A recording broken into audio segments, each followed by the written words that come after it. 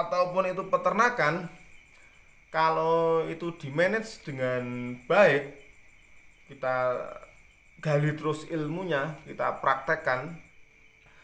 واتل عليهم نبأ بني آدم بالحق إذ قربا قربانا فتقبل من أحدهما ولم يتقبل من الآخر قال لأقتلنك قال إنما يتقبل الله من المتقين لئن بسطت إلي يدك لتقتلني ما أنا بباسط يدي إليك لأقتلك إني أخاف الله رب العالمين إني أريد أن تبوء باسمي واسمك فتكون من أصحاب النار وذلك جزاء الظالمين فطوعت له نفسه قتل أخيه فقتله فأصبح من الخاسرين فبعث الله غربا يبحث في الأرض ليريه كيف يواري سوءة أخيه قال يا ويلتى أعجزت أن أكون مثل هذا الغراب فأواري سوءة أخي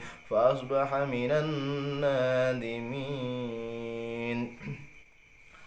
Assalamualaikum warahmatullahi wabarakatuh. Ngaturaken pepanggen malih kalih kula Gorengane Inspiratif nggih.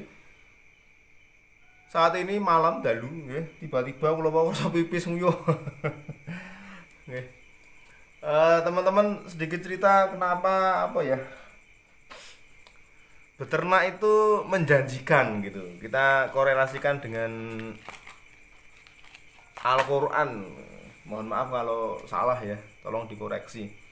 Ini bermula dari ceritae anaknya Nabi Adam. Nabi Adam kan punya 4 anak ya. Qabil, Habil dan pasangannya.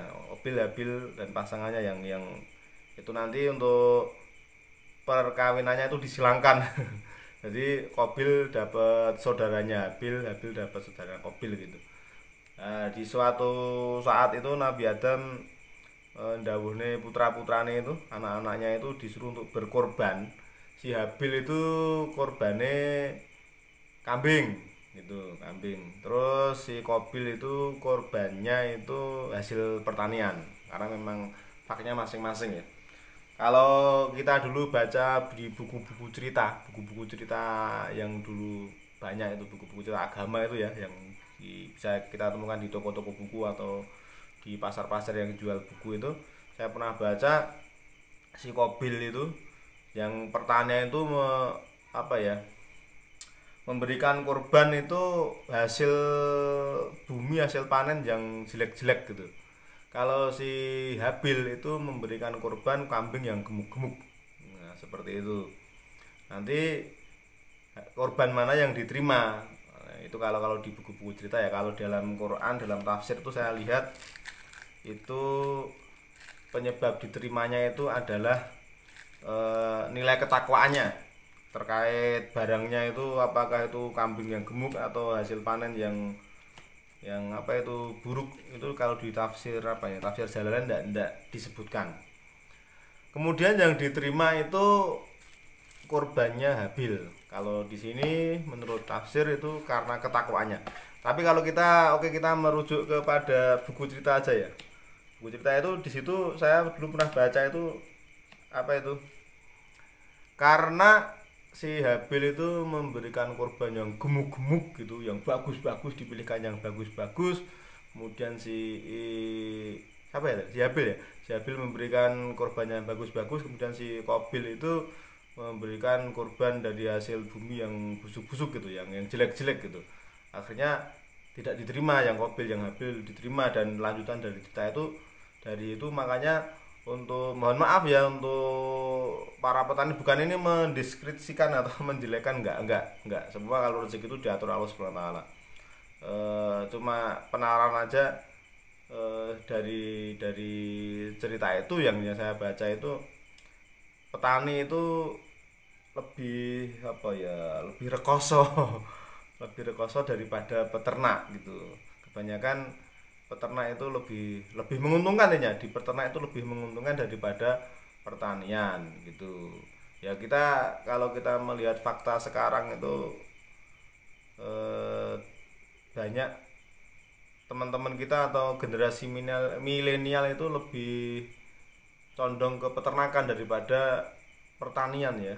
Nah, mau gimana pertanian sekarang pupuk aja sulit mahal gitu, sedangkan peternakan kita modalnya yang penting punya bank pakan, sedangkan bank pakan itu sangat mudah ditanam gitu ya.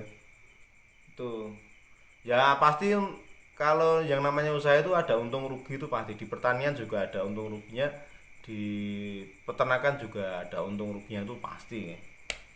Itu ingat, tiba-tiba ingat itu ceritanya itu yang pernah saya baca ya, karena apa itu kayak seperti dikutuk gitu loh. Karena kamu memberikan apa itu hasil bumi apa hasil pertanian korban yang jelek-jelek, itu nanti di masa yang akan datang ya mengalami roto rekoso bahasanya ngono. Karena terus Habil karena memberikan apa itu korban kambing yang bagus-bagus yang gemuk-gemuk, di masa yang akan datang itu akan apa mendapatkan pahala apa keberkahan daripada korbannya itu, seperti itu kalau menurut cerita ya. Lupa ingat ya, bahwa alam, kalau salah mohon dikoreksi ya, ngapunten dong bukan ustad. Gitu, seperti itu teman-teman. Oke ya teman-teman, sebagai motivasi kita untuk lebih semangat ke depannya dalam beternak. Tetapi yang petani juga jangan minder gitu ya, karena pada zaman Nabi Yusuf ya, pada zaman Nabi Yusuf itu beliau adalah bendahara Mesir yang sangat handal di bidang pertanian. Di bidang pertanian itu sampai apa itu akan terjadi 7 tahun masa subur, 7 tahun kemarau paceklik.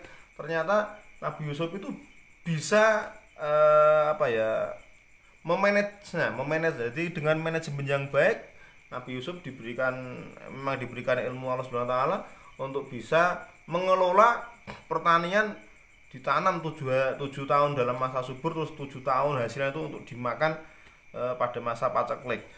Intinya mau itu pertanian ataupun itu peternakan, kalau itu di manage dengan baik, kita gali terus ilmunya, kita praktekkan sambil terus belajar ya. Jadi yang baru pemula seperti saya misalkan, itu tetap kita dalam beternak ilmunya dipakai, yang sudah kita dapat terus kita tetap menggali ilmunya terus, insya Allah nanti ya akan memberikan hasil yang terbaik. Usaha tidak akan mengkhianati hasil. Seperti itu teman-teman. Like jika suka, dislike jika nggak suka, jangan lupa subscribe ya. Assalamualaikum warahmatullahi wabarakatuh. Salam ngarit.